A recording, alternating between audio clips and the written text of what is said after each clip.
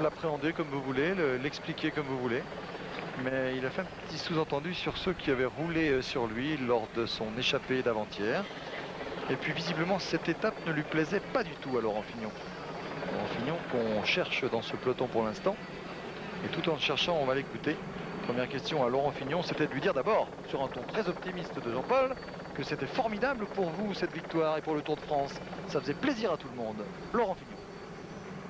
Eh ben, tant mieux, si c'est pour tant de gens que ça, c'est tant mieux. Mais je crois qu'il y a certains qui ne s'est pas fait plaisir. J'ai vu un résumé où j'ai vu quelques couleurs bleues qui chassaient derrière moi. Mais c'est la course, c'est la course. Mais bien sûr, ça fait très plaisir. Vous savez, l'équipe aussi, parce que chez Gatorade, on était en attente un peu de ce que je faisais. On était en attente d'une victoire dans l'étape dans le Tour. On sait que le général, ce sera difficile de l'attraper avec Indurain, alors il fallait faire quelque chose. Et là, tout le monde est vraiment très très content. Alors, cette étape d'aujourd'hui, par exemple, pour vous, vous l'appréhendez de manière très décontractée. Comment ça va se passer, en fait, pour vous, au regard du profil? Bon, nous sommes en observation aujourd'hui, il n'y a rien de plus. Je ne pense pas que l'étape est quasiment insignifiante. On ne peut pas dire que c'est une étape de montagne, c'est faux. Il y a le col du Salève et une arrivée en faux plat assez longue. Je ne pense pas qu'il y ait des écarts. Si c'est des écarts, ce sera des coups de seconde. Et c'est tout, non, il ne se passera rien. Alors peut-on considérer par exemple que c'est une étape dite de transition, comme on dit habituellement, c'est-à-dire que les coureurs vont se réserver pour l'étape du lendemain qui sera longue et dure? Oui, il faut toujours être présent quand même, il faut toujours être en observation, prêt à faire quelque chose s'il y a besoin. Mais je ne crois pas que cette étape soit intéressante. C'est une très très longue étape qui, je crois, n'a aucun intérêt. Ah, il est clair, il a son franc-parler, Laurent. En fait, l'actualité lui donne presque raison, même si pour l'instant, enfin je dis pas qu'elle n'a pas d'intérêt cette étape, mais elle ne fera peut-être pas de gros dégâts, car le peloton va vite, oui. Écart 2 minutes 55 secondes, oui. Dernier écart, donc après les 20 km, c'est-à-dire à peu près à 18 km de l'arrivée.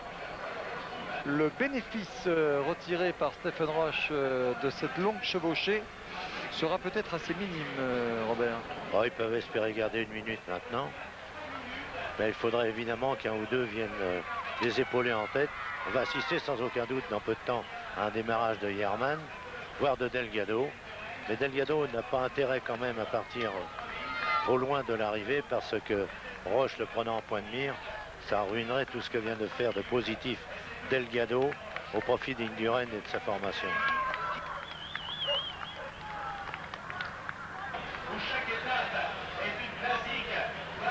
Jean-Pierre Courcol sur la ligne d'arrivée, qui est à domicile ici, Jean-Pierre Courcol à Saint-Gervais.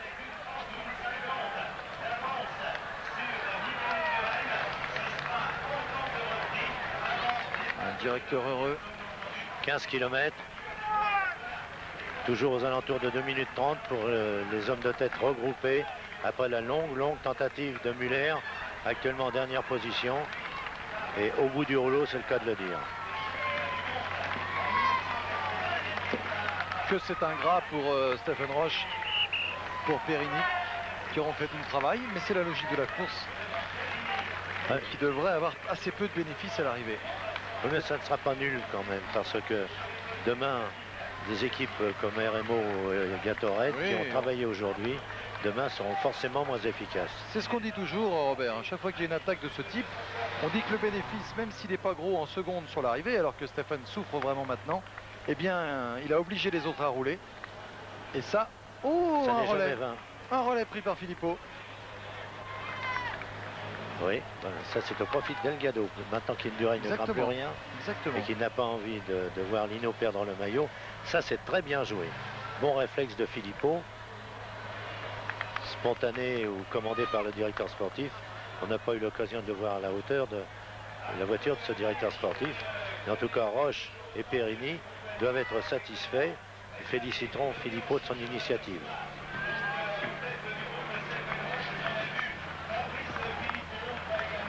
C'est maintenant que ça se joue et vous avez raison de dire que Filippo a fort bien joué en relançant le coup des 5. Pour deux raisons. D'abord, pour un bénéfice pour Delgado au classement général et puis pour la victoire d'étape. Oui, mais eux, ça les avantage complètement de se retrouver avec Delgado tout frais dans la route Filippo qui pourrait placer un contre. C'est sans doute ce qu'on est en train de se dire à mot couvert là. Filippo va accélérer, un petit contre de Delgado qui peut aller chercher la victoire d'étape. Mais qui va peut-être être réprimandé par les commissaires de la course, car Delgado ne s'est pas laissé glisser en queue de peloton pour obtenir ce ravitaillement. C'est la voiture de son directeur sportif qui s'est portée à sa hauteur. Ah, il ne faut pas cafeter, hein, Rob. Ah moi, on ne cafete pas, mais il le voit aussi bien que nous. D'abord, ils ont cafeté contre nous l'autre jour, parce qu'on n'avait pas ces deux coureurs contre la montre. Sur une autoroute. Sur une autoroute. Le général Hinault est assez vite. Oh, c'est normal. Oui, bien sûr. On s'en amuse d'ailleurs. On plaide coupable, allez. Eh bien, Filippo a décidé d'assurer le succès de cette échappée. Et il va sans doute y contribuer largement, puisque les Carrera étaient un peu juste pour relancer l'allure. Et une nouvelle fois, Stephen Roche aura une place d'honneur. L'autre fois, il avait été l'attaquant. Et il disait ce matin dans le Parisien libéré qu'il voulait laisser le souvenir d'un coureur à panache. Eh bien, Stephen, crois-moi, c'est réussi. Ah oui, c'est confirmé.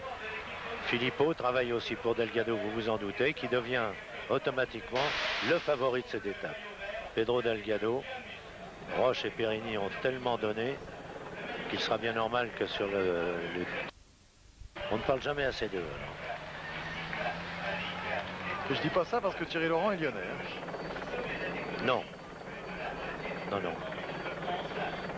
Et je le répète, sa réputation était internationale chez les amateurs. Alors, le lyonnais, c'est l'origine. Très beau rouleur comme Lino d'ailleurs. Lance, Laurent, Lino, toute cette génération de très beaux rouleurs. Alors que les Gatorade poursuivent leur travail avec Dirk De Wolf et Tebaldi. Pelo Ruiz Cabestany est monté aussi en tête du peloton. Quoi qu'il arrive, maintenant, Patrick, Roche est presque assuré de prendre la 3e place du classement général en talonnant Indurain. On a beaucoup parlé de la différence de temps avec Lino à propos du maillot jaune. Mais c'est un petit travail de sape qui sera payant, je le répète, pour Roche. Alors Dirk De Wolf a mis le programme lavage rapide, 30 degrés, je roule. Et il tire des bouts droits, comme on dit, et c'est vraiment impressionnant.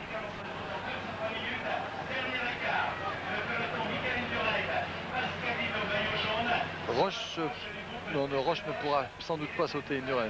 Ah, Indurain, non. Il sera la 3e place. Exactement derrière Indurain à quelques secondes près, mais à Skibi. Ah non. Skibi est loin, Robert. Skibi est très loin. Dans ce classement, 3,47. Non, Skibi est loin. Oui. Roche est 3e. Avec enfin, tout ça est très passionnant. Nous n'aurons pas recours au juge à l'arrivée pour vous faire part de tout. On va faire un petit point en effet sur le classement général. 1er Lino, 2e Indurain, 3e Roche, 4e Lemon, 5e Bugno, 6e Chiapucci, 7e le Danois. Et Roche luttait aujourd'hui pour prendre la 2e place à Indurain. Il faudrait qu'il arrive avec plus de 2 minutes 30 d'avance. Et il luttait pour prendre le maillot jaune avec 4 minutes 15 de Lino. Message personnel à celui qui m'a glissé les feuilles de classement de Strasbourg dans mes dossiers. Merci beaucoup. On se reverra demain. C'est pas moi.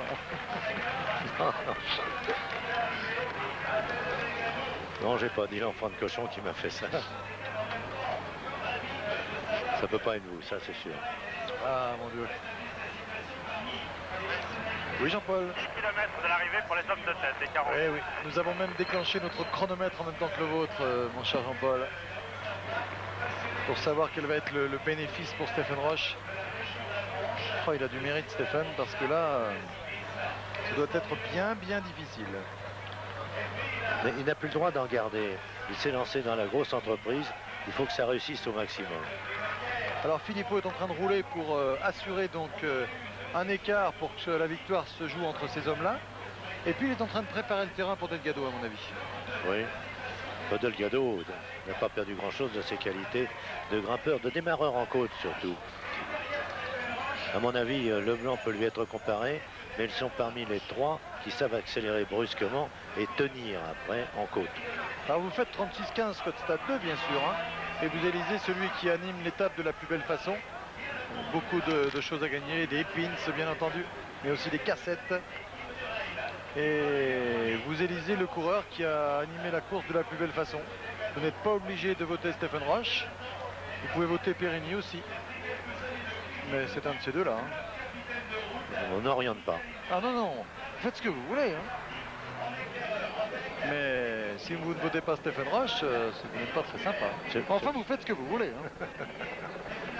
On n'est pas là pour dire autre chose. Vous faites ce que vous voulez. Et celui qui a volé le classement de Robert, lui, a une amende de 2 pins. Voilà le groupe avec le blanc qui est remonté à la hauteur du maillot jaune. Le voici, le maillot jaune. N'hésite pas à prendre du vent, il veut éviter la chute. Derrière Fignon, on sait très bien. Et devant Chiappucci. Oh, il n'aimait pas cette étape, Laurent. Mais finalement, elle lui aura bien réussi. Il n'a pas fait trop d'efforts superflus. Et les 2 grandes étapes de demain peuvent lui donner des satisfactions. Bougnot aujourd'hui a passé une journée tranquille pour préparer les grandes joutes de demain et après-demain. C'est une certitude. De toute façon, ils sont tellement formidables, ces coureurs, depuis le début de ce tour, qu'on n'ose pas envisager une seule seconde qu'ils ne nous offrent pas une grande bataille demain et après-demain. Oui. Ça, effectivement, on peut le penser. Chiappucci, je peux vous dire qu'aujourd'hui, il l'avait dit au départ à Jean-Paul d'ailleurs, Chiappucci. Il avait dit aujourd'hui, moi, dans les roulettes, je prends quelques points au classement de la montagne et je garde tout pour demain. Oui, 3 minutes. C'est son but actuel, oui. Un peu moins de 3 minutes. Donc ça doit faire 2,50 pour la tête du peloton.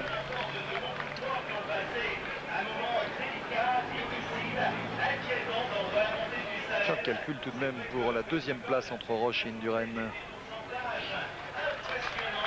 Alors, on sort son papier et son crayon. 4,15 moins 1,27.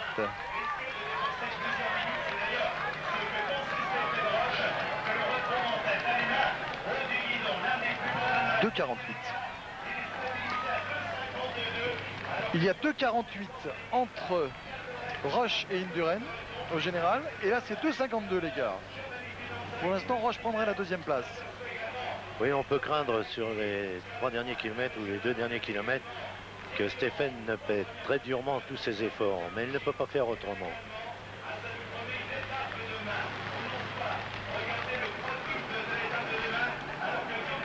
Filippo, Perini. 33 et 15. Ont été les hommes avec Roche. Perini, il a tout donné. Merci que maintenant le peloton ne revienne pas sur lui. Ça hantise. Formidable. Perdre une place qu'il a bien gagnée. Formidable, Muller, on s'y attendait. Crac. C'est formidable. Robert, ces images, il faut les apprécier à leur juste valeur. Perini qui a tout fait pour son leader, qui explose là.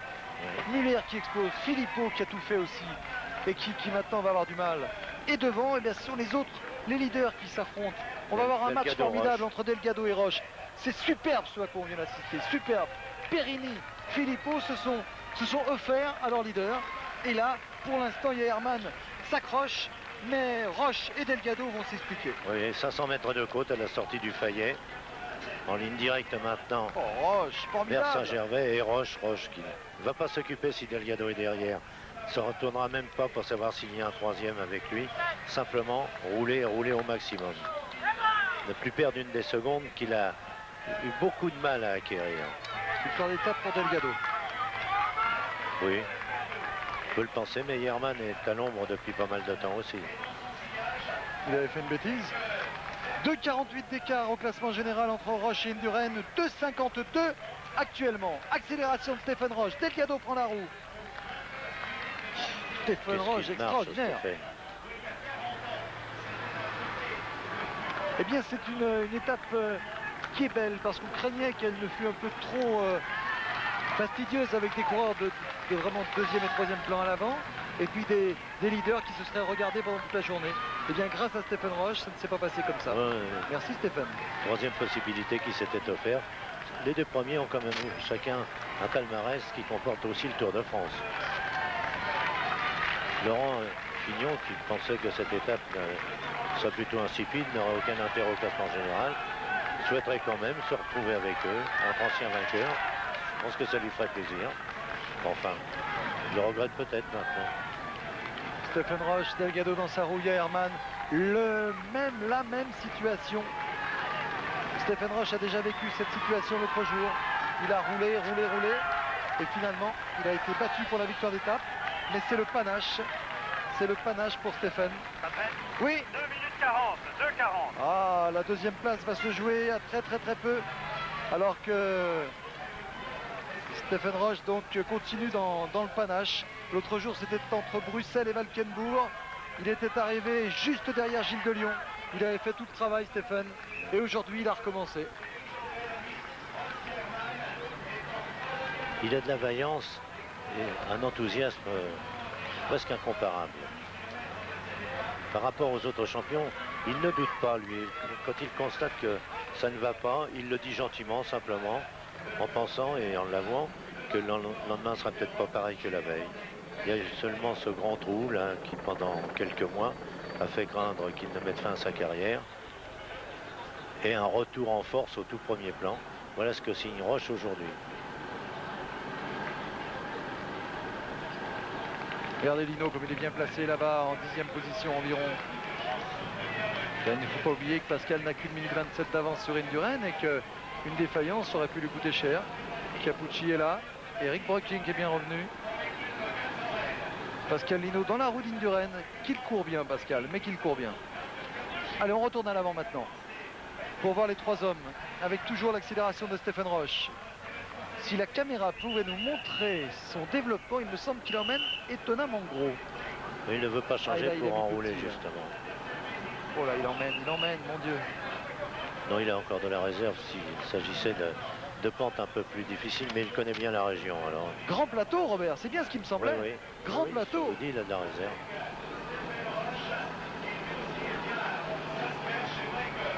Et petit plateau pour Delgado. Ah, ce sont des images intéressantes. Pour ceux qui font du vélo, ils comprennent. Là. Ah oui. Delgado s'est allégé, plus de bidon, plus rien. Ce serait bien pour lui aussi de remporter son étape. Ah oui. Et la morale voudrait.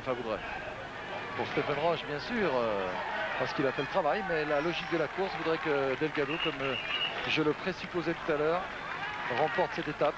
Ce serait aussi un beau retour qui nous ferait immensément plaisir, parce que on mesure les grands champions, alors que les coureurs sont quand même partis depuis 7 heures, il faut le signaler. 7 heures et 1 minute. Eh bien, les grands champions sont ceux qui savent gagner le tour, comme Pedro Delgado, puis se mettre au service d'un leader comme Indurain. Je crois que c'est la preuve de tout l'équilibre, j'allais dire intellectuel, de Pedro Delgado, qui est bien dans sa tête, qui est un homme sain. Mais il renvoie l'ascenseur à Indurain, qui les premières années de professionnel s'était sacrifié complètement à Delgado. C'est vrai que Indurain a attendu 6 Tours de France tout de même pour l'emporter. Il s'était mis auparavant au service de Attention, pour le moment, Pedro. Delgado me semble un peu en difficulté derrière Roche. À l'entrée de Saint-Gervais. Et voilà, Yerman est obligé de boucher le trou sur Roche. Oh là Delgado out. Alors, Roche, Delgado, c'était le match. Pour l'instant, Delgado out. Alors là, voilà, Delgado revient.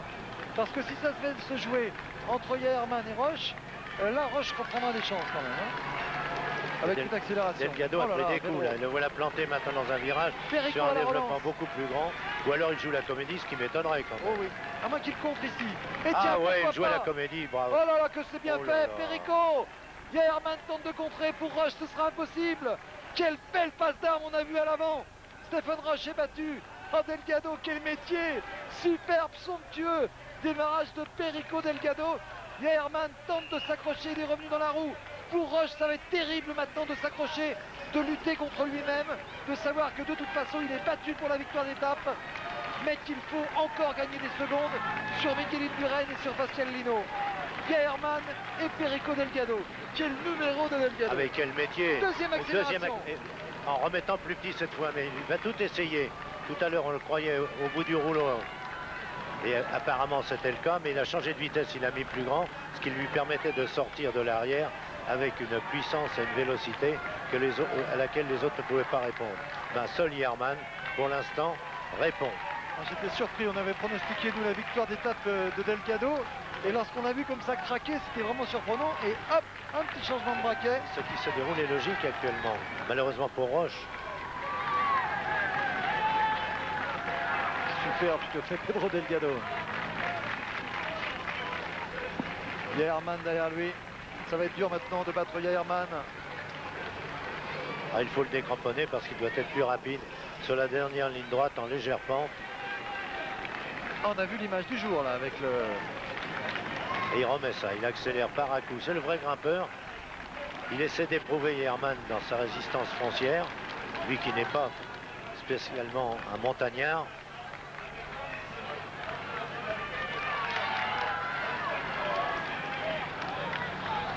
Delgado continue à accélérer, Roche n'est plus présent.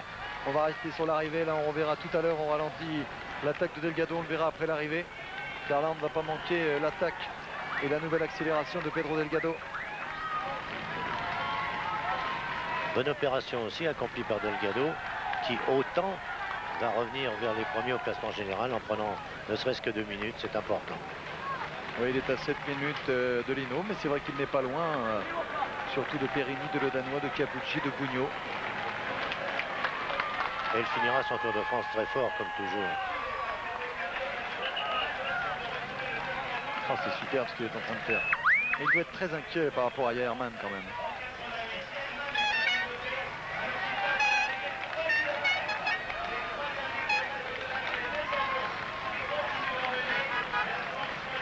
Quelle allure, quelle allure. Alors là, 2 suspense, la victoire d'étape bien sûr, puis l'écart qu'il y aura entre Roche et Indurain Bugno. Un petit coup d'œil sur le peloton, peut-être très vite avec l'hélico. Voilà, ou avec les motos, très bien, pour voir que Lino est toujours là, derrière Indurain. Ça va bien pour Pascal Lino. On est rassuré, Capucci est là aussi. On retourne vers les hommes de tête.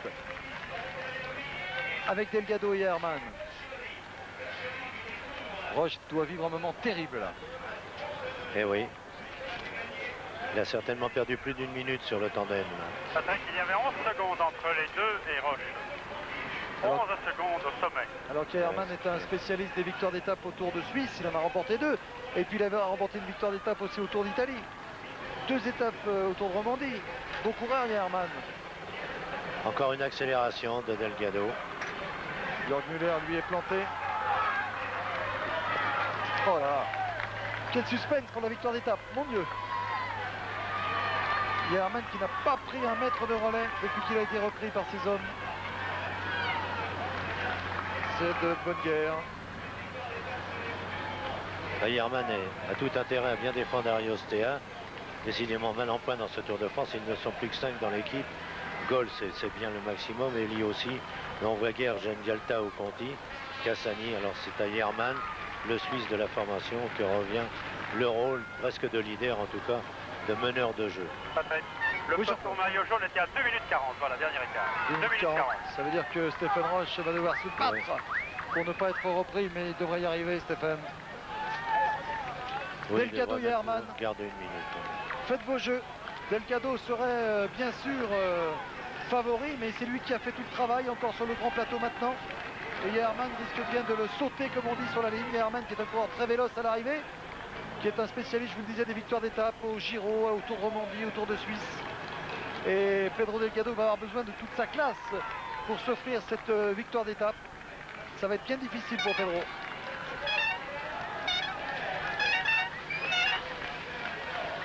Les maillots espagnols pour saluer l'arrivée de Pedro Delgado. Les couleurs qui ne sont pas loin du maillot Ariostea. C'est un paradoxe intéressant.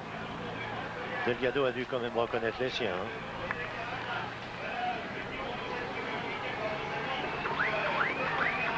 Le vent est favorable à cet endroit. Oui. Alors là, est-ce qu'on va faire un petit peu de piste? Parce que Delgado sait que ça se jouera entre les deux. Et ce sont les secondes qui l'intéressent aussi. Et la foule considérable, bien sûr. Perico Delgado contre Rolf Jaherman. 2 grands, 2 beaux champions.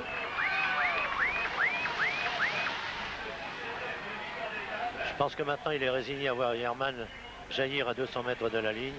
Mais tant qu'à faire, il faut quand même donner le maximum, toujours en fonction du classement général. Bien sûr. Se replace. Ah, ce serait étonnant de retrouver aujourd'hui Pedro Delgado, vainqueur d'étape, alors qu'on va arriver ici à la Flamme Rouge. Top pour la Flamme Rouge. Ouh là là, un petit problème de liaison, il faut vite rétablir tout ça. On arrive sur le peloton ici, peloton qui a coupé son effort. Et on va retrouver avec nos caméras fixes les hommes de tête pour le sprint. Calme, Capucci qui va essayer de prendre une place au sprint pour consolider, comme l'on dit, son maillot à poids, tandis qu'Indurain ne bouge pas. Mystérieux, imperturbable. Vous rassurez, on a un tout petit problème avec la moto 1, mais on va retrouver avec les caméras fixes le sprint de l'arrivée, vous ne le manquerez pas. C'est un petit problème de liaison. On est là avec le peloton et on verra sans problème alors qu'il y a un démarrage là en tête du peloton. Est-ce que Lino va être tenté de répliquer à ce démarrage? Signé Dufaux, encore un Suisse. Avec Luc Leblanc. Beaucoup de talent.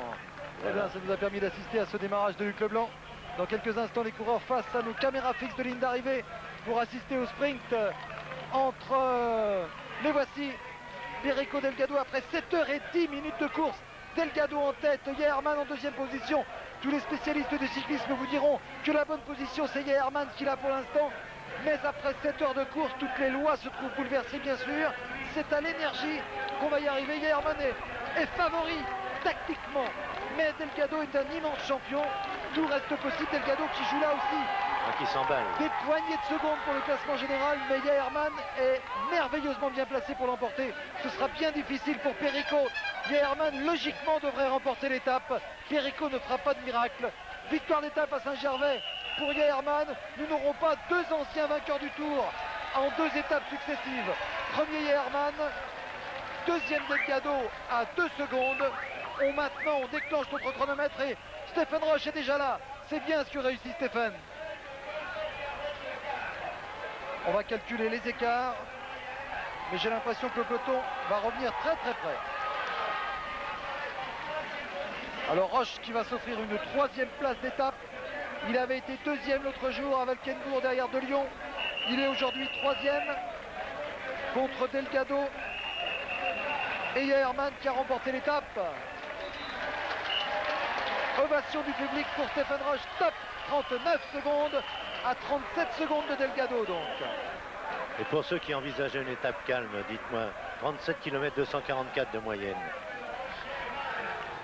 Miguel Indurain en tête du peloton, Capucci à ses côtés. Jalabert est là pour prendre des points au maillot vert. Perini et Filippo, les deux équipiers modèles.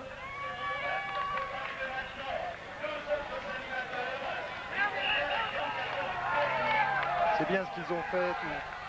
Ils luttent ici pour la 4e place.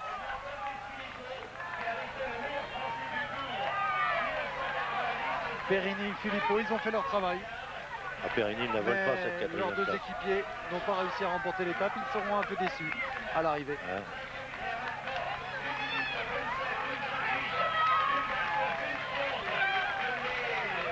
Alors qu'on va quand même surveiller de très près l'écart. Car je vous répète que si Roche, regardez le respect des équipiers. J'étais certain que ça se passerait comme ça. Oui. Filippo n'a pas essayé de sauter Perini. Non. Perini qui a travaillé toute la journée. Mais il est récompensé maintenant, il apprend la victoire de son chef de file en 2, Delgado. Il a vu sa remontée au classement, c'est important pour lui. Hein. Alors que derrière, des contres sont partis et que le temps passe toujours. Roche est passé à 39 secondes du vainqueur. Oui. Oui. Attendez dans un instant, Stephen Roche. Oui, on va le laisser souffler un petit peu, on va assister à l'arrivée du peloton. Et ensuite, on nous demandera de tirer les conclusions de son formidable coup de panache. On va souligner encore le panache de Delgado, de Stephen Roche et de Delgado, bien sûr. Un petit groupe là qui s'est intercalé. Le vainqueur de ce petit sprint sera 6e de l'étape. Belle performance à Cassio da Silva. Et allez, c'est superbe ce que fait Jean-Cyril Robin là. Alors que il y a toujours le sprint pour le maillot vert. Ah là là, Jalabert et Museux. C'est un peu on se fait pas de cadeau. 2,54 pour le maillot jaune. Laurent Fignon est là, Virenque également. Jean-François Bernard maintenant. On va bien surveiller la ligne d'arrivée là. Thierry Bourguignon. On va surveiller car il peut y avoir des attardés dans la dernière ascension.